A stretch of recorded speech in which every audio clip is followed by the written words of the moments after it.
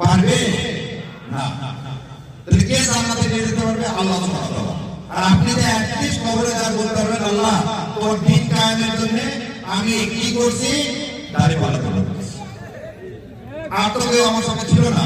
আপনার সামনে যতগুলো ক্যান্ডিডেট নৌকায় আছে, অন্য কেউ যদি দিন কায়েমের কথা বলে থাকে আপনি তাকে ভোট দেন, কোনো সমস্যা নেই। কিন্তু যে দিন কায়েম করতে যাবে না তাকে যদি ভোট দেন, তাহলে আপনি আমাদের খেয়ানত করলেন। ওই যেমন রাস্তা করেনি, আমাদের খেয়ানত করতে আপনিও দেখতে বলে যাবেন। আপনি কি সেটা হতে চান? দাড়ি পাল্লায় যদি ভোট না দেন কি উত্তর দেবে? শেখ মুজিব জান্নাতে নিয়ে যেতে পারবে?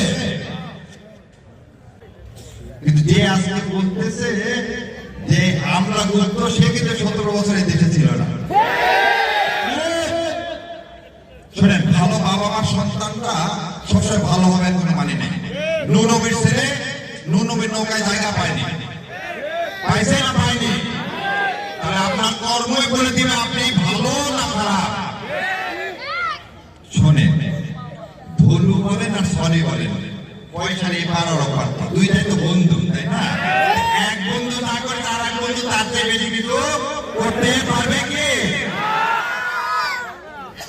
আমি এবার আপনাদের সামনে চ্যালেঞ্জ দিয়ে গেলাম ভুলু সাহেবকে।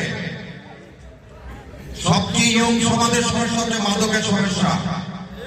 তার বাড়ি পাননগা, পরিতোষ কিভাবে এখনো খারাপ ব্যবসা করে।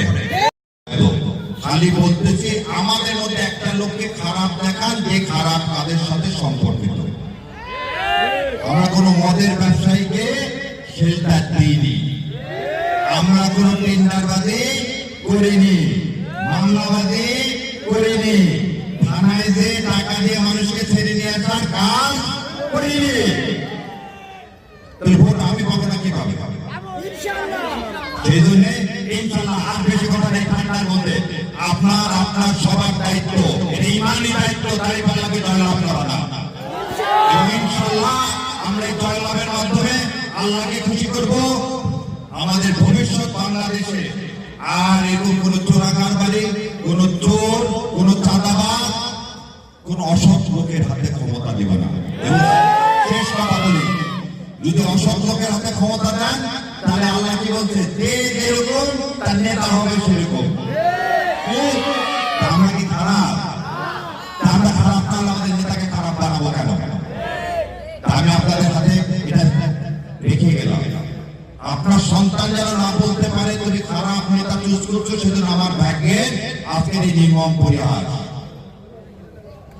আজকে আমার ভাগ্যের নির্মল পরিহাস। এই যে নির্মল সাহেবের আর একটা নাম ছিল আপনারা জানেন? আমরা ভারতীয় আধিপত্যবাদের বিরুদ্ধে, আমরা এদেশের মতো মাথা উঁচু করে দাঁড়াবো। আমার ক্রিকেট খেলার জন্য আমি মুসলমান বলে ইন্ডিয়াতে খেলতে পারবো না, আর সেই মুসলমান তারা এই বিষয়ে কথা বলবে না, তাদের ভোট দেবে, এটা নাফরমানি কিছু হতে পারে না। ইনশাআল্লাহ আল্লাহ আমাদের সবাইকে তৌফিক দান